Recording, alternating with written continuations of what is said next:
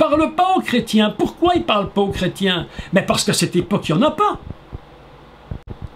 Les gens croient que, les chrétiens croient parfois que Jésus parle aux chrétiens, mais il n'y avait pas de chrétiens à l'époque. Il n'y avait que des juifs.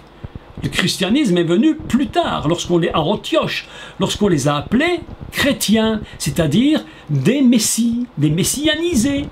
Mais lorsque Jésus parle, il va dire quelque chose aux juifs d'absolument fabuleux concernant la Torah. Il va leur dire ceci: nul ne vient au Père que par moi. Mais mes amis, mais qu'est-ce que ça veut dire pour un juif? Nul ne vient au Père que par moi. Ça veut dire qu'en réalité, tout ce que vous faites, tous vos sacrifices, toutes les fois que vous allez au temple, vous faites ceci, vous prenez l'eau, vous prenez la cruche, vous la versez, vous prenez les pains, les gerbes, vous les balancez devant Dieu, vous les secouez, vous les élevez. Tout ce que vous faites, il dit, c'est moi. Et Jésus, lorsqu'on verse l'eau, il crie: si quelqu'un a soif, qu'il vienne à moi. Vous imaginez dans la foule le scandale. On est en train de verser l'eau, et c'est le symbole, et tout le monde a l'habitude de voir le grand prêtre faire ce geste. Il va à la source, il revient avec la cruche, il verse, et Jésus est dans la foule, et il crie: que celui qui a soif vienne à moi. C'est moi. Nul ne vient au Père que par moi. Même le juif, il ne le sait pas, il ne le comprend pas. Beaucoup ont les yeux voilés. Et quand vous leur dites, ils disent: mais vous racontez n'importe quoi, vous les chrétiens, vous ne comprenez rien. Je comprends très bien ce que je dis. Je comprends très bien ce que je dis. C'est que tout ce qu'ils font en réalité, c'est la marque du Messie. Voilà la Torah. Mais il manque l'essentiel. Il manque quelque chose encore dans cette Torah. La Bible nous enseigne encore un point sur la Torah. Il y aurait 1 milliard de choses à dire concernant cette Torah. 1 milliard de choses à dire. C'est la Bible, et c'est Paul qui parle. Et quand on sait que c'est Paul qui parle, évidemment qu'on arrive dans une dimension très particulière, parce que Paul, lorsqu'il va rendre témoignage, il va dire: moi j'étais un jeune, et parmi tous les jeunes de mon âge, j'étais le plus fervent, le plus connaisseur de la loi. Et à cause de cette loi, mais j'ai tué, mais lorsque j'ai rencontré le Messie. Vous imaginez, quand c'est Paul qui parle, et il va dire une chose, Paul, concernant la Torah. Il va leur dire: cette Torah est un pédagogue qui vous amène au Messie. Parce que ce que vous faites, c'est lui, mais vous ne comprenez pas. Et il vous montre par là que vous n'y pouvez y arriver vous-même par vos propres efforts. Vous vous rappelez hier de l'exemple, c'est un exemple tout à fait banal. Parce qu'un exemple, quand on prend un exemple pour expliquer Dieu, vous comprenez bien que c'est jamais qu'un exemple, et ça ne vaut jamais la réalité. Mais si on devait comparer la Torah à une Rolls-Royce, vous auriez une Rolls-Royce en or massif, avec un moteur en or massif, vous rouleriez avec des cadrans en cristal, un volant en ivoire, des pneus absolument inimaginables, une voiture qui ne peut même pas payer. La puissance de cette voiture sur des milliers de chevaux, tu ne peux même pas comprendre. Tu mettrais le pied sur l'accélérateur, déjà tu es déjà du 250 à l'heure, tu n'as même pas compris ce qui t'arrive. La Rome, c'est ça la Torah, c'est quelque chose d'absolument inimaginable dans la puissance, dans la splendeur. Elle contient tout en elle, il ne lui manque rien. Elle a la pédagogie, elle a les mitzvot, elle a les 10 commandements pour l'humanité, elle a la vie, elle est la mort, elle a tout à la fois. On ne peut rien retirer, on ne peut rien rajouter à cette Torah, elle est absolument fabuleuse. Mais ma voiture, ma Rolls-Royce, elle est magnifique. Et on m'en a fait un cadeau, on l'a amené devant chez moi, et je l'ai regardé, tous les voisins sont venus, ils ont regardé, ils ont dit: mais qu'est-ce que c'est que cette voiture, qu'est-ce que c'est que ce bijou en or massif, mais si tu la revends, ça vaut des centaines de millions, il n'y a même plus de prix, c'est incroyable, il n'y en a qu'un modèle au monde, il n'y en a jamais un seul modèle. Alors tu veux mettre la clé dans le contact, mais elle n'avance pas. Elle n'avance pas. Alors tu dis, il faut quand même la faire bouger. Alors tu appelles les voisins, et alors on pousse la voiture, mais quand tu pousses, elle avance évidemment. Tu pousses, elle avance. Tu tournes le volant, elle tourne, à gauche, elle tourne. Tu pousses la voiture, puis quand tu es fatigué, tu as demandé à quelqu'un d'autre de t'aider, tu évites les côtes parce que c'est très difficile, tu prends surtout les descentes, mais elle avance. Il manque quelque chose. Ce qui lui manque, mes amis, c'est ce qui va produire la maturité. C'est ce que la Bible appelle la maturité. Il lui manque l'essentiel, c'est-à-dire la batterie. L'énergie invisible. Cette énergie invisible, c'est cette batterie. Et ce qui est fantastique, lorsque je réfléchissais tout à l'heure à cela, je me suis dit, mais cette batterie en réalité, quand tu tournes la clé du contact, vous tous ici, vous avez des voitures, je suis convaincu, on a tous une voiture, hein, j'espère, enfin au moins, même si vous n'en avez pas, au moins on le sait, que lorsque tu tournes la clé du contact, il se passe quelque chose. C'est que l'énergie invisible, c'est absolument incroyable. Vous vous rendez compte que ce qui est invisible est puissant. La Bible nous dit que ce qui est invisible est plus vrai que ce qui est visible, est plus puissant que ce qui est visible. Lorsque tu tournes la clé de ta voiture, l'énergie passe, produit une étincelle, c'est-à-dire le feu. Et le feu passe entre la batterie et le carburant et toute la machinerie et produit l'alliance entre les deux. Et c'est cette production de l'alliance par le feu qui fait que cette voiture fonctionne. Tu n'as plus besoin de tes amis pour la pousser, tu n'as plus besoin de faire tous les efforts, tu tournes le contact, tu mets la vitesse et tu avances. L'exemple vaut ce qu'il vaut. Il vaut ce qu'il vaut. Néanmoins, voilà ce que représente la Torah. Une forme inimaginable divine, d'une sagesse incomparable. Ça fait 3500 ans, mes amis, que les rabbins et les croyants de toutes sortes de dénominations qu'elles soient se sont penchés sur ce texte. Et lorsqu'on a le minimum de sagesse, on est bien obligé de se rendre compte d'une chose, c'est qu'on a touché qu'une infime goutte d'un océan infini que nous ne pourrons jamais comprendre. Mais Dieu dit, écoute, je ne te demande pas de savoir comment fonctionne ta Rolls. Tout ce que je te demande, c'est de savoir qu'elle fonctionne. Mets seulement la clé dans, mets seulement la clé. Rattache la batterie et tu vas voir qu'elle va avancer. Mes amis, ce que je dis aujourd'hui, ça s'appelle en un langage un peu plus simple, la maturité.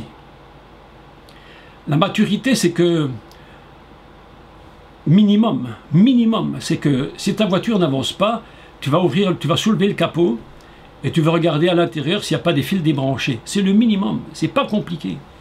Ça s'appelle de la maturité minimum. Autrement dit, vous imaginez les efforts qui ont été demandés depuis 3500 ans.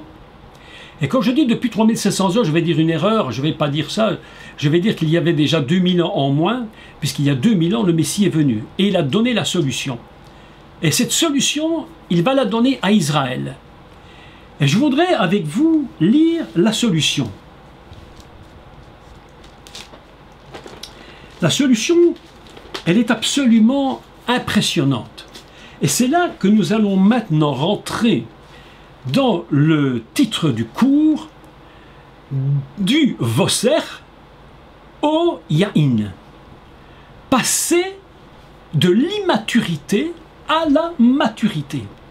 Et là, le texte du prophète Jérémie, et je vous donne la référence, Jérémie 31, et je vous laisse prendre votre Bible, et au verset 29.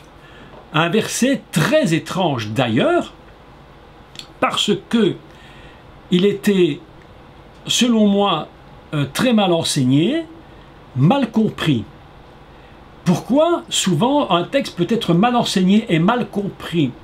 Simplement parce qu'on le déconnecte, écoutez, on le déconnecte de ce qui précède et de ce qui suit.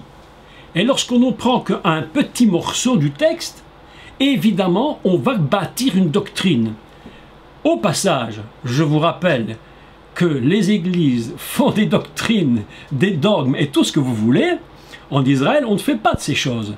Parce que le jour où tu fais une doctrine très fermée, c'est fini, tu es bloqué et tu ne peux aller nulle part. La doctrine bloque la réflexion. On bloque le système.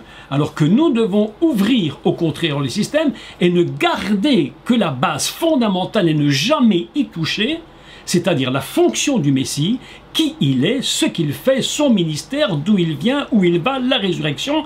Le fondement messianique en Yeshua ne peut jamais être touché. Pour le reste, il faut ouvrir et comprendre. Donc le texte de Jérémie 31 est un texte qui, selon moi, a été très mal compris, mal enseigné Et je ne dis pas que je suis le seul à l'enseigner ou à le comprendre, néanmoins je vais vous l'expliquer selon ce que je comprends de ce texte.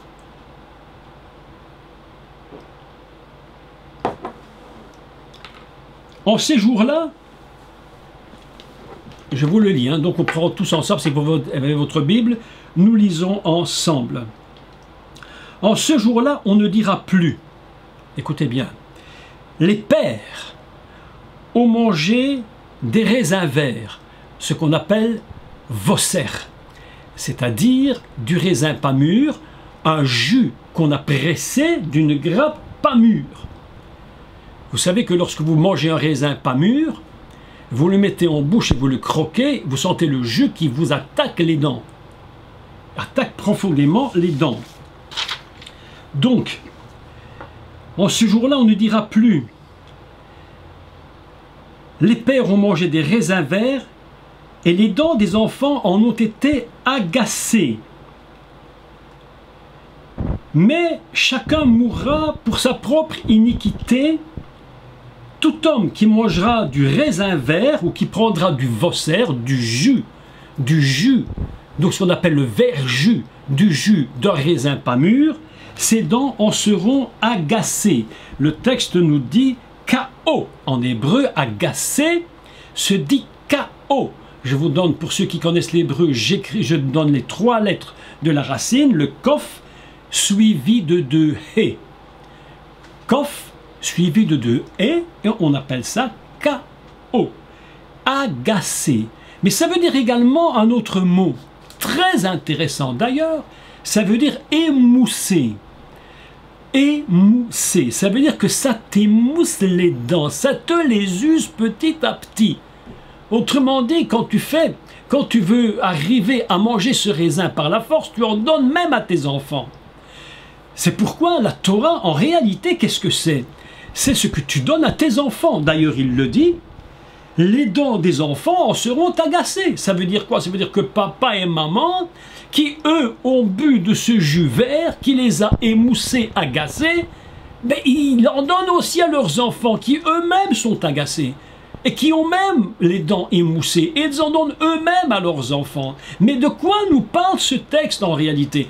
Ben, si on prend le texte tel qu'on nous l'enseigne hors de son contexte, ben, on va nous raconter des histoires du style « c'est votre grand-père qui a fait des problèmes et Dieu punit les grands-pères pour les enfants et les arrière-grands-pères et les arrières ». Mais je vais vous dire une chose, vous savez que 10 générations au-dessus de nous, 10 générations au-dessus de vous, mes amis. C'est plus de 1000 personnes. Plus de 1000 personnes qui seraient capables de vous faire des soucis. Dans les 1000, vous comprenez bien qu'il y en a au moins une petite paire qui vous a fait des problèmes. Et que Dieu pourrait à la limite utiliser pour vous taper dessus. Mais mes amis, mais c'est quoi cette histoire? C'est pourquoi ce texte ne veut pas dire ça. Et pour comprendre ce que ce texte veut dire, il faut à tout prix prendre une bonne mesure d'intelligence et de réflexion. Il ne faut pas le séparer de ce qui suit. Parce que si vous le séparez de ce qui suit, c'est terminé, vous ne pourrez plus jamais comprendre ce texte. Et qu'est-ce qui suit, mes amis? Et après, je vous explique ce qu'est le vosser et le yaïn. Le yaïn, en hébreu, c'est le vin. Yud, Yud, Nun. Nun sophite. Yud, Yud, Nun, le vin. Du jus vert jusqu'au vin mûr, au vin d'une bonne grappe qui est mûre. C'est pourquoi je vous avais expliqué au début, Yeshua à Cana donne du vin et ce vin est absolument excellent. C'est un vin d'une maturité absolue. On est en train de nous raconter des sortes, j'allais dire des sornettes, mais vraiment des sornettes, pour pas dire autre chose. Mais lorsqu'on nous a dit le vin nouveau, on a fait des choses incroyables dans l'église avec le vin nouveau, où tout le monde faisait des choses absolument impensables. Mais ce n'est pas ça le vin nouveau. Le vin nouveau, c'est un vin qui est fondamentalement pris de la vigne qui est parfaitement mûre. Elle est arrivée à la maturité maximum. On va presser son jus et on aura un vin absolument excellent, tel que l'ordonnateur du repas dit « Mais jamais on en a bu du comme ça. Pourquoi vous donnez ça maintenant ?» Mais il faut leur donner le plus mauvais, soit à moitié ivre. Jésus laisse tomber. Et à moitié ivre, c'est pas grave, donne-leur le meilleur. Donnez-leur le raisin mûr. Écoutez maintenant la suite du texte, parce que la suite est absolument admirable et fabuleuse. Donc, je vous redis ce conseil. Lorsque tu lis un texte, ne le sépare jamais de ce qui précède et de ce qui suit. Parce que si tu le sépares, là, tu risques de faire véritablement une erreur d'enseignement. Donc, je relis et j'enchaîne. En ce jour-là, ces jours-là, on ne dira plus. Donc, on passe dans des jours qui vont venir. Vous êtes d'accord? En ces jours-là, c'est-à-dire des jours qui viennent. C'est-à-dire pas ce qui se produit maintenant. Maintenant, c'est autre chose. Dans les jours qui vont venir, on ne dira plus. Les pères ont mangé des raisins verts. Le Vosser, c'est fini. On ne dira plus le Vosser. Et les dents des enfants ont été agacées ou elles ont été émoussées, on ne le dira plus. Tout homme qui mangera des raisins verts, qui mangera du Vosser, ses dents seront émoussées, agacées. Voici, écoutez la suite, c'est maintenant le mystère dévoilé de la maturité. Ça, c'est Shavuot. On parle de Pentecôte, est-ce qu'on sait seulement de quoi on parle véritablement?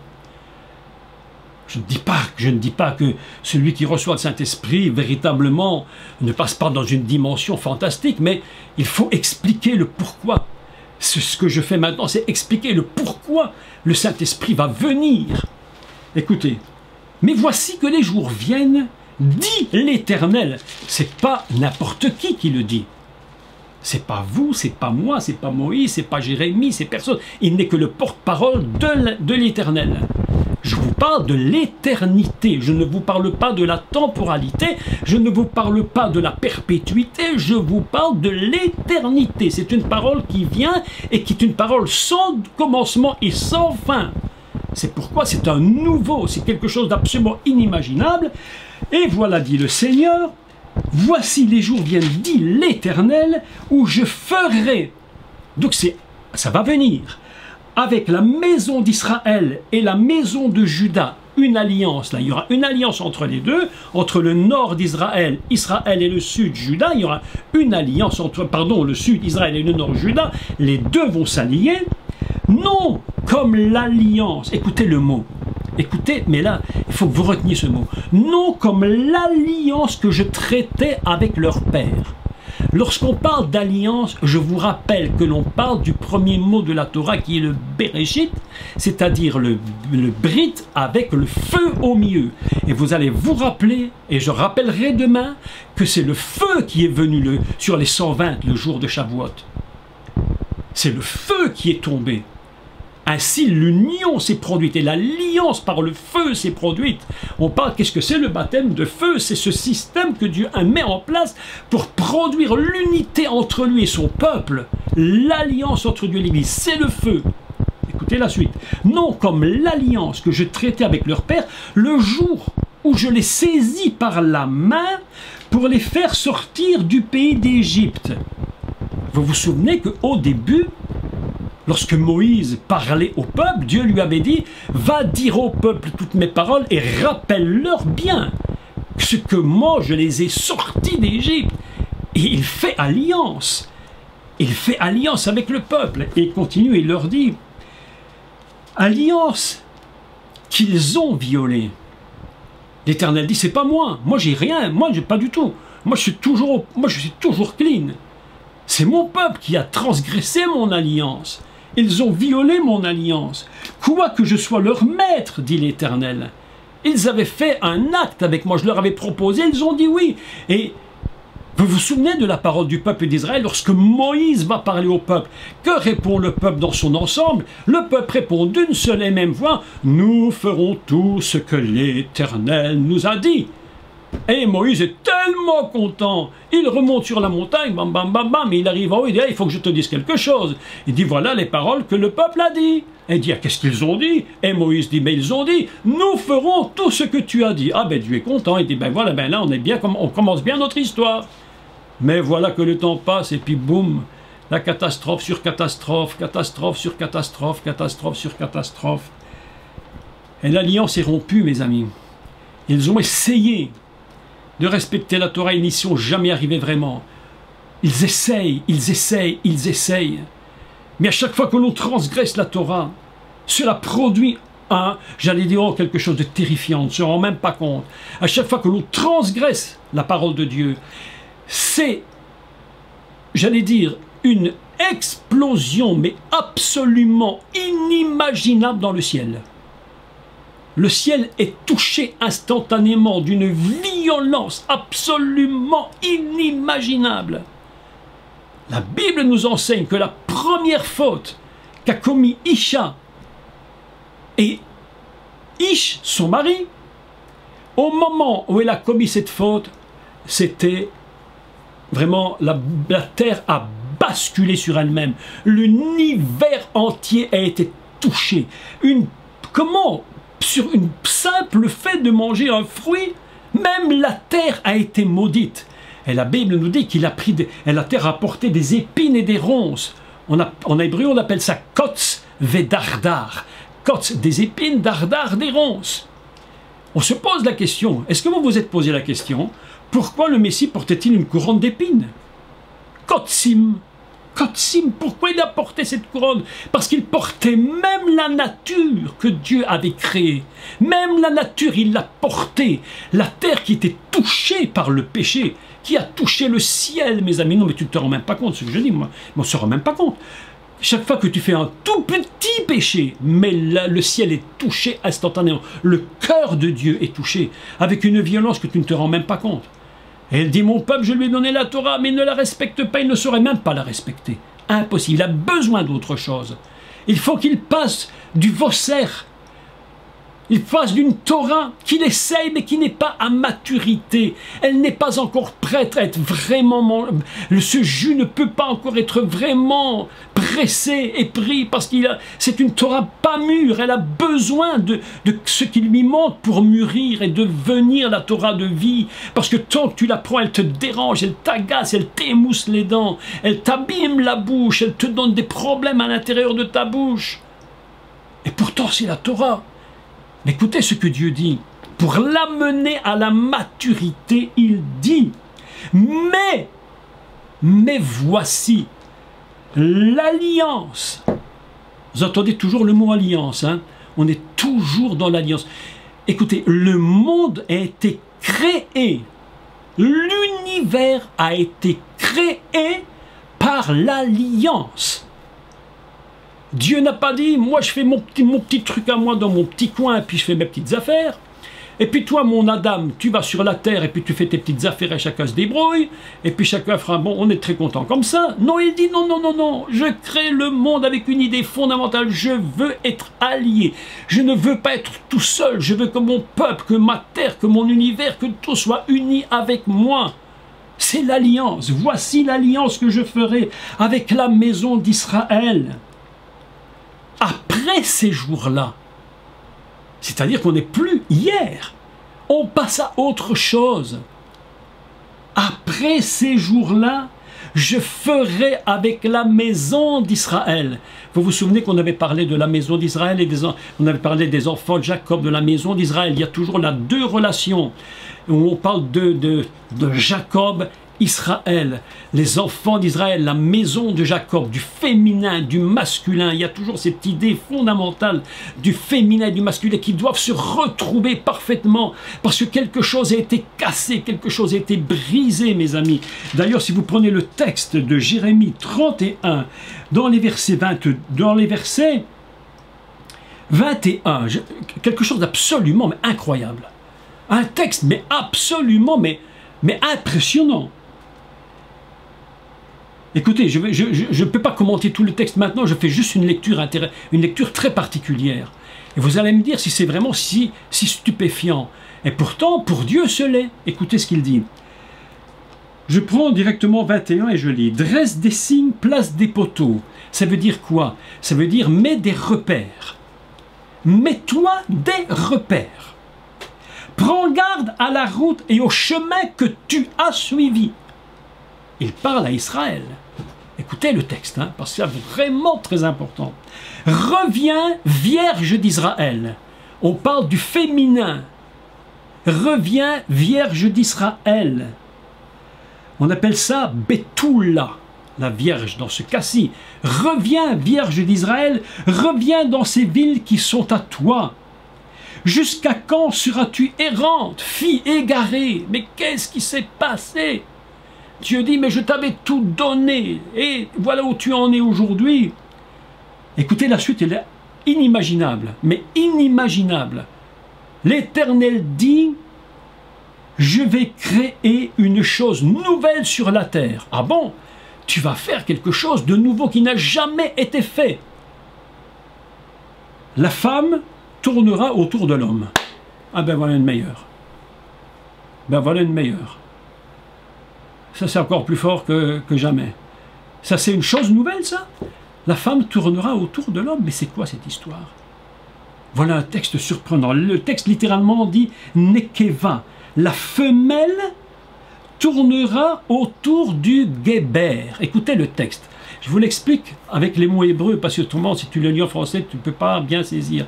Ce qu'on appelle Nekeva, c'est en fait le premier mot de la Torah, quand Dieu dit, il fait Zarach ou Nekeva, la femelle et le mâle. Donc, ici, c'est la notion féminin.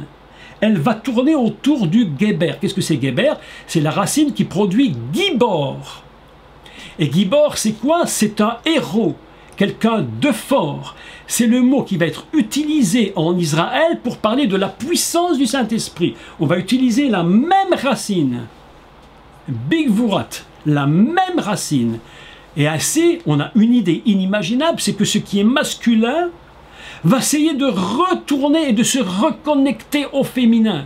Mais pas au niveau humain, mais au niveau de l'esprit. Il faut que la réunion et que l'alliance soit produite. C'est pourquoi si vous prenez le texte tout seul, sans lire ce qui est avant et ce qui est après, eh bien on ne comprend plus ce qui est écrit. Ah, c'est un texte incroyable. Quand j'ai lu qu'il faisait une chose nouvelle, mais j'ai dit, mais toujours les hommes et les femmes se sont cherchés pour se marier. Ben, c'est pas quelque chose qui est tellement nouveau, ça. Ça fait 6000 ans que ça existe quasiment. Qu'est-ce qui est nouveau? Dieu dit non, pour moi c'est nouveau. Parce que dans la dimension dont je vous parle, je vais reproduire l'alliance. Je vais reconnecter l'alliance. Et il dit, voici l'alliance que je ferai avec la maison d'Israël. Écoutez le texte. Absolument formidable. Un texte absolument formidable. Mais voici l'alliance que je ferai. Après ces jours-là, dit l'Éternel. L'Éternel, je mettrai ma loi en eux, je l'écrirai sur leur cœur. Voilà un texte tout à fait surprenant. Je mettrai ma loi en eux et je l'écrirai sur leur cœur. Ce qui sous-entend que autrefois tu avais la loi, elle n'était pas en toi et elle n'était pas sur ton cœur, elle était hors de toi. Puisque tu fais une chose nouvelle. Cette chose nouvelle, c'est quoi? Ben, c'est que maintenant, tout ce qui était extérieur, je vais le mettre à l'intérieur. Mais pour que tu arrives à ce stade de comprendre que ce que je vais faire de nouveau, c'est cela, Dieu dit, il faut que tu comprennes que la Torah, je te l'ai donné comme un pédagogue pour que tu comprennes que par toi tout seul, tu ne peux pas y arriver. J'ai donc besoin de faire une nouvelle alliance qu'on appelle Brit Hadasha. Qu'est-ce que c'est la Brit Hadasha? Pour comprendre le mot Brit Hadasha, il faut bien saisir le texte. Radash, qui veut dire nouveau, veut dire également renouveler.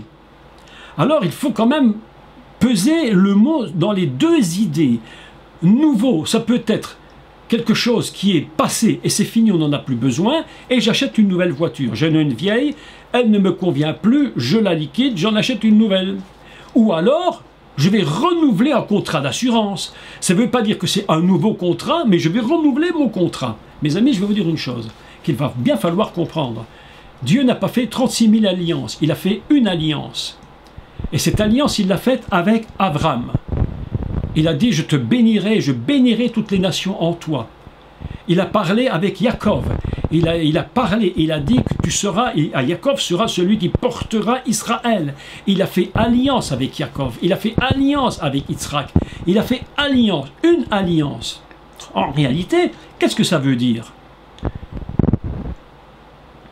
Ça veut dire que l'alliance n'est pas autre que celle d'avant, mais qu'il va rajouter, il va la renouveler en y rajoutant quelque chose. Ce qui ne lui permettait pas de vivre, maintenant vivra. Et il dit, voilà, je vais faire une alliance nouvelle, et je mettrai la loi non plus par l'extérieur, mais je vais la faire rentrer à l'intérieur d'eux-mêmes, et je vais l'écrire sur leur cœur. Ce ne sera plus une loi sur des pierres extérieures,